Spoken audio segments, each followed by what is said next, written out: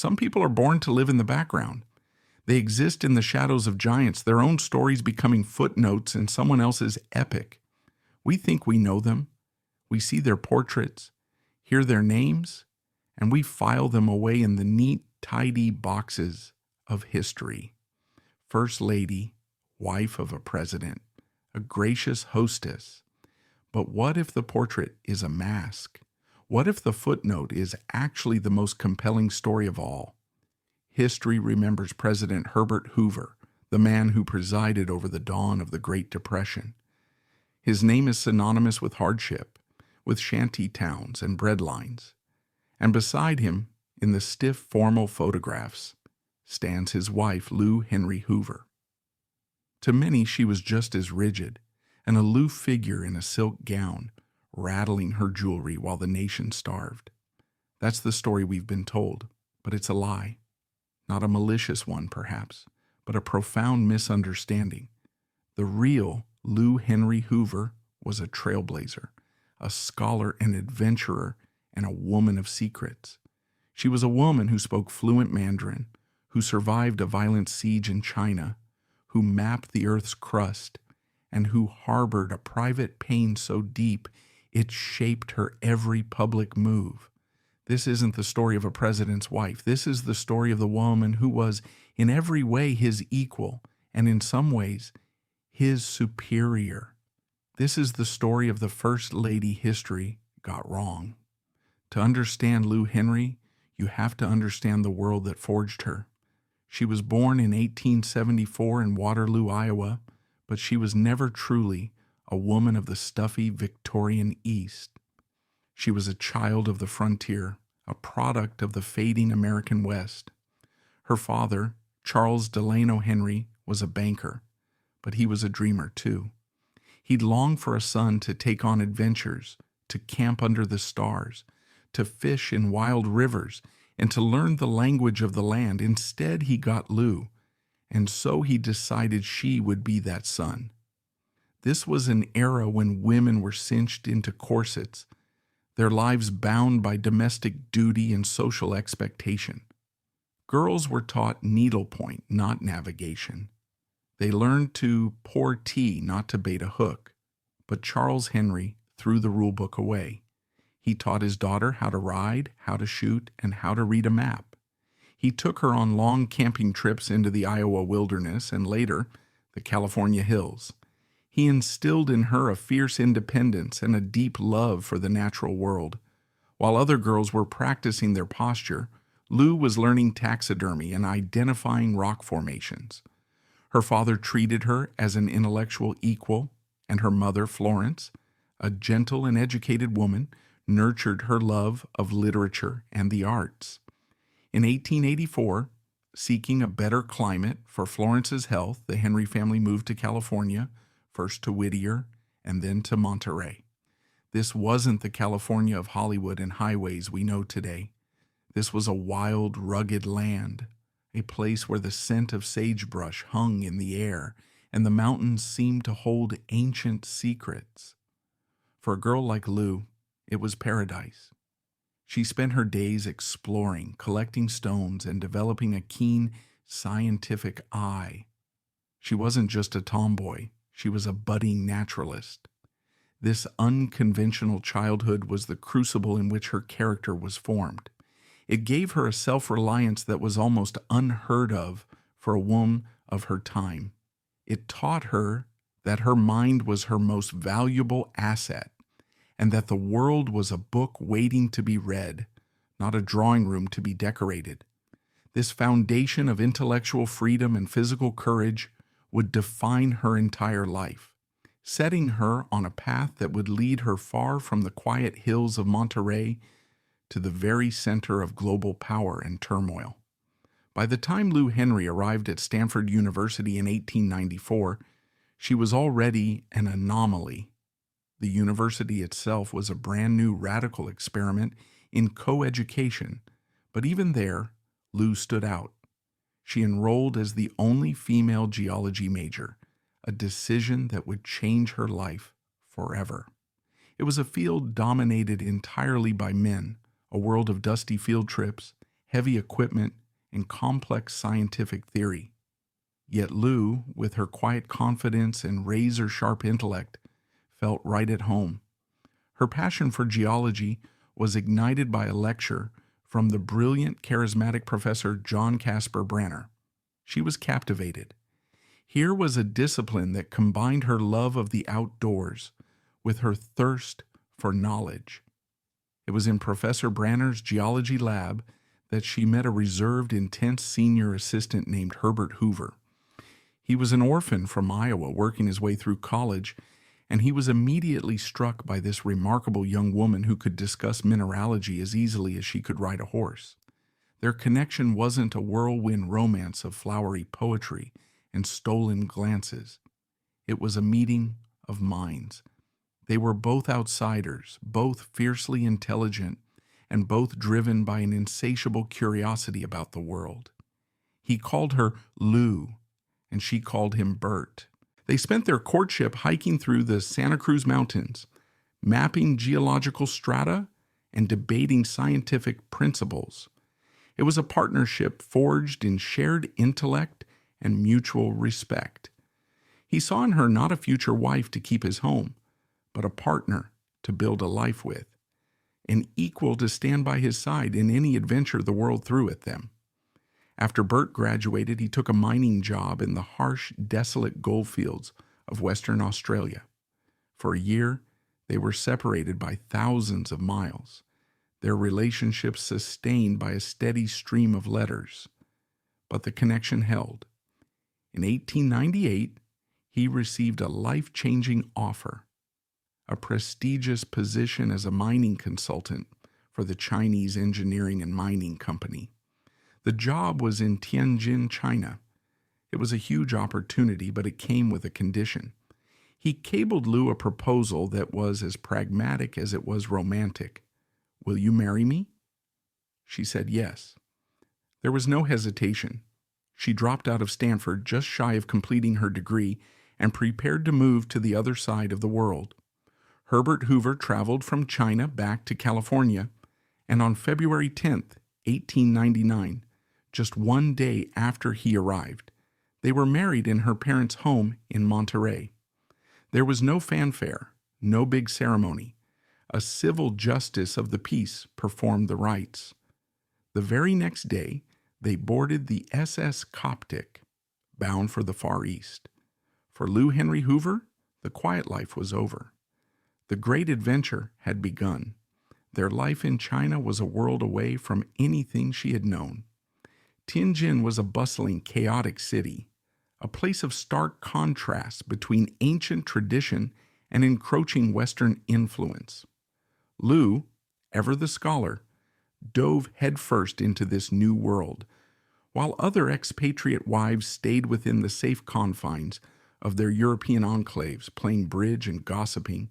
Lu was determined to understand the culture that surrounded her. She hired a tutor and dedicated herself to learning Mandarin.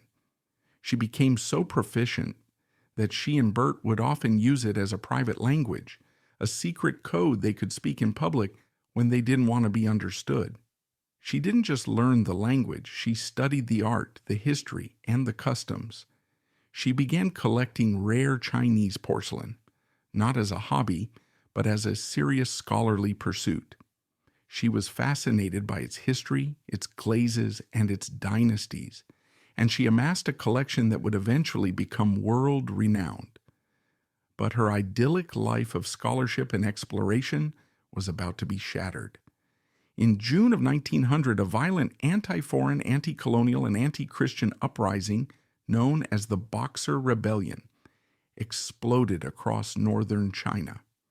The Boxers, a secret society, laid siege to Tianjin, trapping the Hoovers and hundreds of other foreigners in the city. What followed was a month of terror. The city was bombarded by artillery day and night. Food and water grew scarce. Death was a constant presence. Through it all, Lu was a pillar of calm and courage. While Bert, a trained engineer, organized the defenses, building barricades and securing supplies, Lu put her own skills to work. She was just 26 years old, but she moved with the efficiency of a seasoned veteran. She helped set up a makeshift hospital, tending to the wounded. She delivered milk to children on her bicycle, pedaling through streets where bullets whistled past. She took shifts standing guard, a pistol at her side. One story, perhaps apocryphal, but perfectly in character, tells of a shell landing in her yard while she was playing solitaire on the veranda. She reportedly finished her hand before seeking shelter. This wasn't the behavior of a delicate Victorian lady. This was the steel-willed girl from the American frontier, the geology student who was unafraid of hard work and danger. The siege of Tianjin revealed the true depth of her character. It was a trial by fire, and she emerged from it not just unscathed, but stronger. When the siege was finally lifted by an international military force, the Hoovers were hailed as heroes. But the experience left its mark. It taught them both about the fragility of civilization and the depths of human resilience. For Lou, it solidified a core belief that in a crisis, you don't panic, you get to work. It was a lesson she would carry with her for the rest of her life, from the Boxer Rebellion in China to the Great Depression in America. After the harrowing ordeal in China, the Hoovers didn't retreat to a quiet life. Instead, they plunged deeper into the world. Bert's career as a doctor of sick minds took them on a whirlwind tour of the globe. They lived in London, which became their base, but their travels took them to Burma, Siberia, Australia, Egypt, and Japan. They were true global citizens in an age when most people never ventured beyond their home state. They had two sons, Herbert Jr. and Alan, who were born into this life of constant motion. Their nurseries set up in steamship cabins and foreign hotels. Through it all, Lou was no mere tag-along wife. She was an active partner in Bert's work. With her background in geology, she understood the technical aspects of his profession. She helped him write reports, edit manuscripts, and manage his correspondence. Their most formidable joint project was the translation of a 16th century Latin mining text, De Re Metallica. It was a dense, highly technical manuscript that had stumped scholars for centuries. For 5 years, they worked on it in their spare time, turning their London home into a research library. Bert handled the technical mining terms, while Lou, with her gift for languages, tackled the complex Latin prose. Their translation, published in 1912, remains the standard English version to this day. It was a monumental scholarly achievement and a testament to their intellectual partnership. But as the years passed, a subtle shift began to occur. Bert's work pulled him more and more into the realm of public service. When World War I broke out in 1914, he was tasked with organizing the evacuation of 120,000 American tourists stranded in Europe. He then became the head of the Commission for Relief in Belgium, a colossal humanitarian effort to feed millions of civilians trapped behind German lines. Suddenly, Herbert Hoover was no longer a mining engineer. He was an international hero, the great humanitarian. And Lou's role changed with his. She was no longer just his intellectual partner. She was now the wife of a major public figure. She threw herself into war work, raising funds for the Belgian relief effort and helping to establish a hospital for wounded soldiers. She was brilliant at it, organized and efficient, but this new public life came at a cost. The quiet, scholarly woman who loved nothing more than a quiet evening with a rare book was now expected to be a gracious hostess, a public presence. She found the social demands taxing, the endless small talk draining.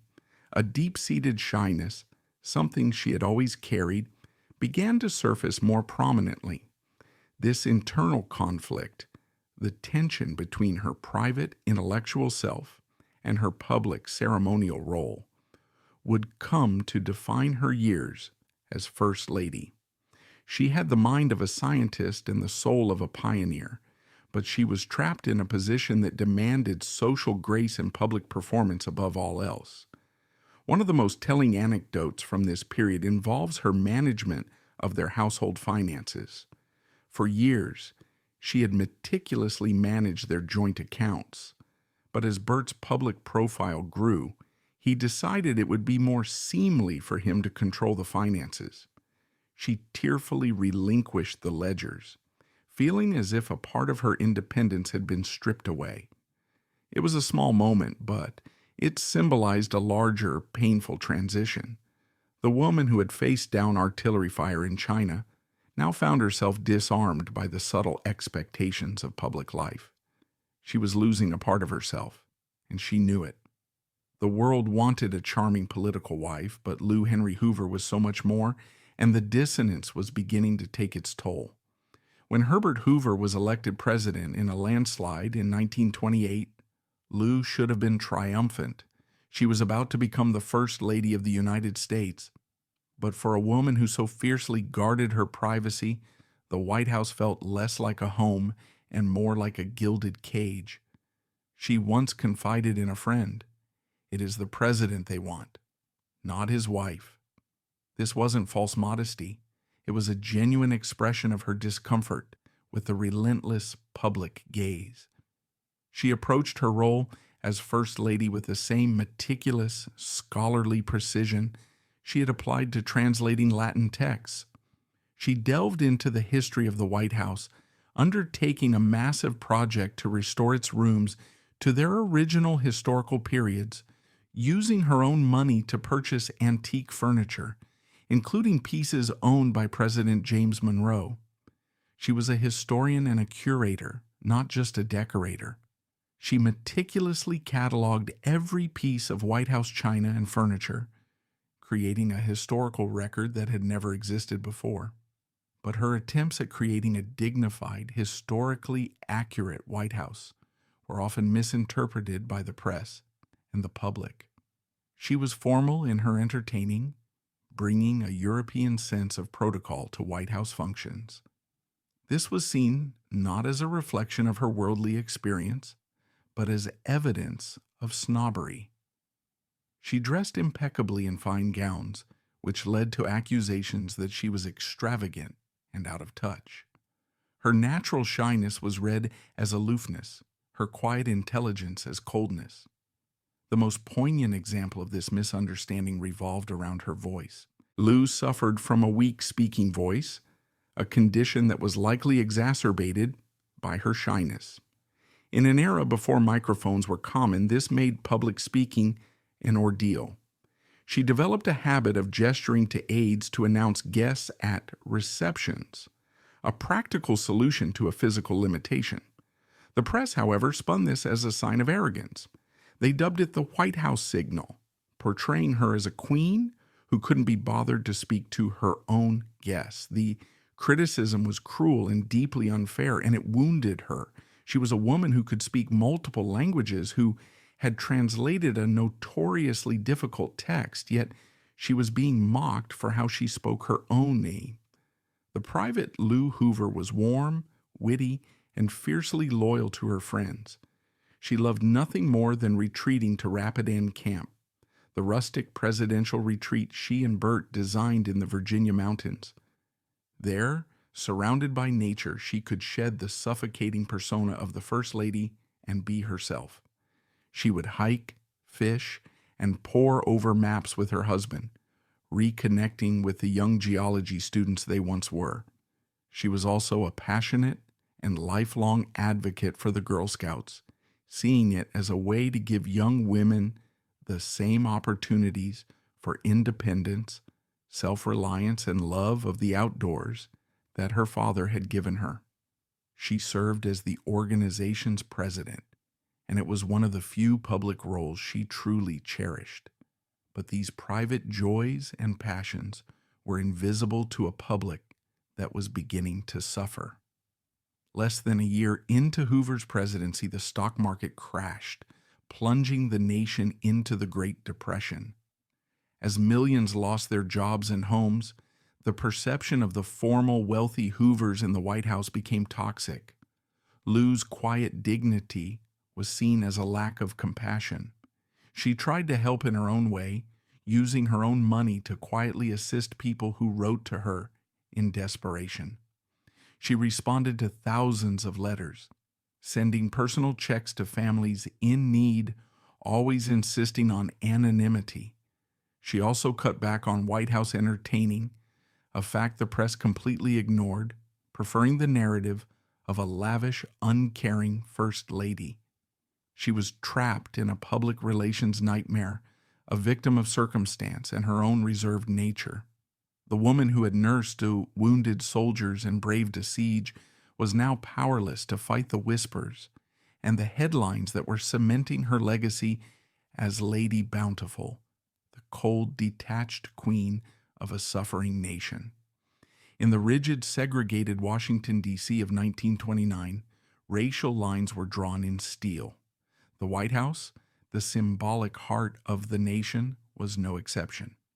While African American staff worked within its walls, the idea of an African American guest being formally entertained at a social function was to many unthinkable. It was a line that had not been crossed since Theodore Roosevelt had famously invited Booker T. Washington to dinner nearly 3 decades earlier, an act that had caused a political firestorm. Lou Henry Hoover knew this.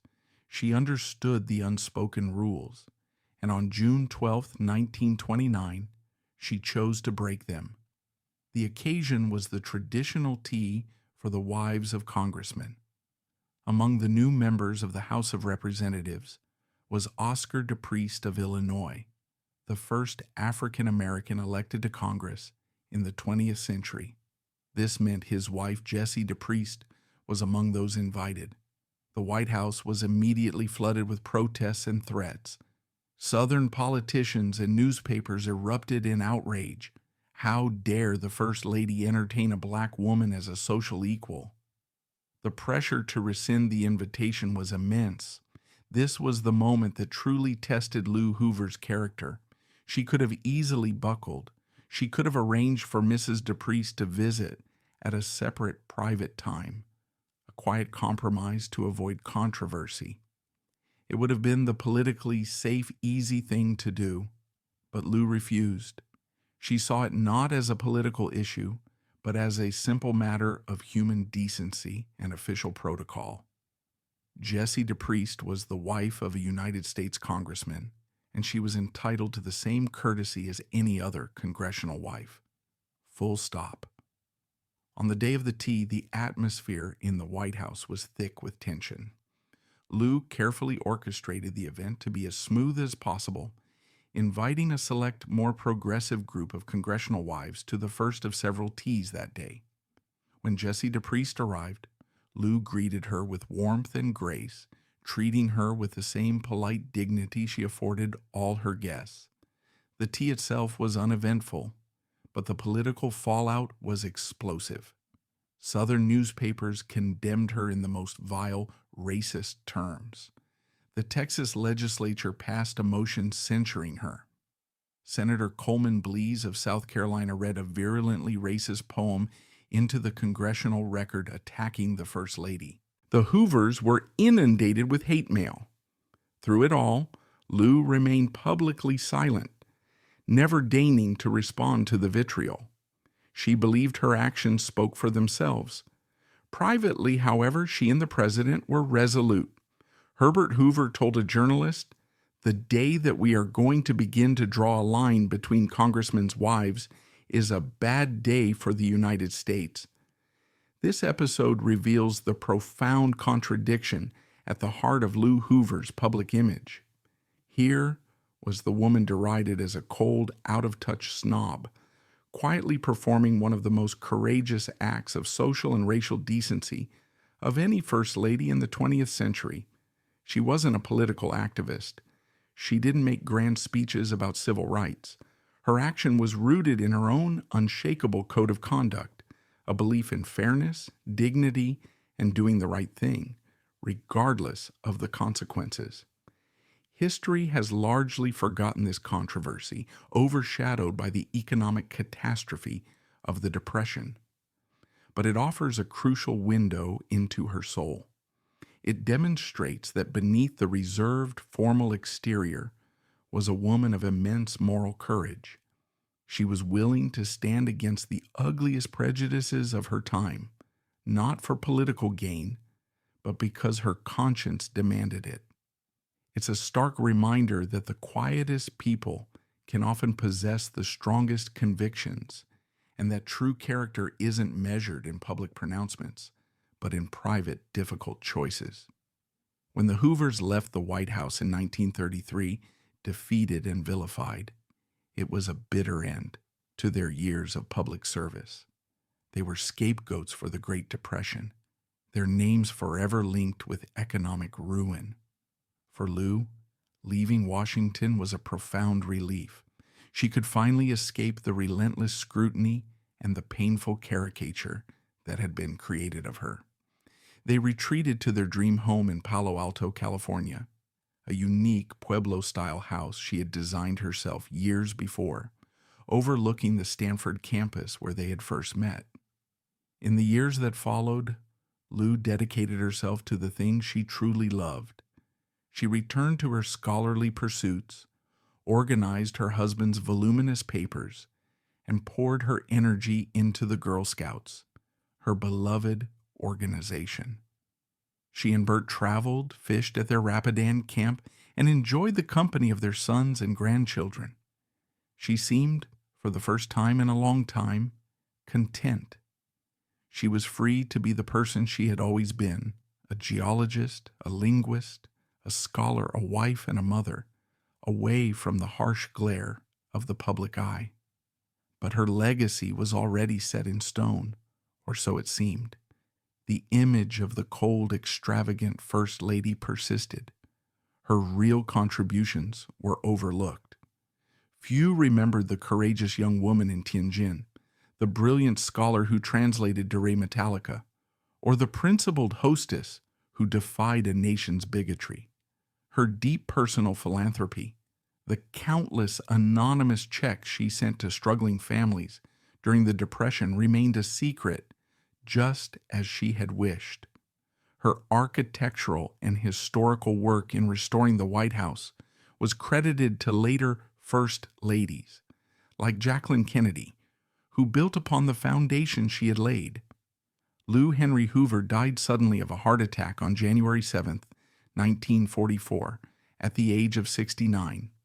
It was only after her death that the full picture of her life began to emerge.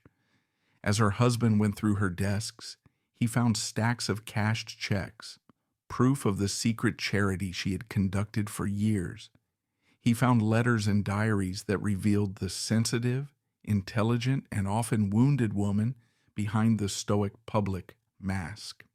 Her true significance lies not just in what she did, but in who she was. She was a bridge between two worlds, the rugged individualism of the 19th century West and the complex public demands of the 20th century political stage. She was a new woman before the term was even popular, a university-educated scientist, a global adventurer, a true partner to her husband. Yet she was also deeply traditional in her devotion to her family and her sense of duty. Today, as we re-examine the roles of women in history, Lou Hoover's story feels more relevant than ever. It's a powerful lesson in how easily a complex woman can be flattened into a one-dimensional stereotype. It reminds us that public perception is often a poor measure of private character. Her life challenges us to look beyond the headlines and the formal portraits, to seek out the untold stories. Her legacy is not that of a failed First Lady during a time of crisis, but that of a brilliant, courageous, and deeply misunderstood woman who lived a life of extraordinary scope and quiet integrity. She still matters because her story is a testament to the silent strength and hidden depths that so often lie just beneath the surface of history. Perhaps Lou Henry Hoover's greatest tragedy was not that she was misunderstood, but that she allowed herself to be. She built a wall of formality to shield her sensitive soul, but that shield became a prison, obscuring the remarkable woman within. Her life was a study in contrasts, a rugged adventurer in a formal White House, a brilliant linguist mocked for her weak voice, a quiet philanthropist seen as aloof. But her story challenges us to look beyond the surface, past the titles, and behind the stiff, formal portraits. Henry Hoover was more than a first lady. She was a scholar, a survivor, and a woman of the American West with quiet, unshakable principles. Her life is a powerful testament that history's most compelling stories are often not the loudest ones, but those belonging to the people who were far greater than they ever let the world see.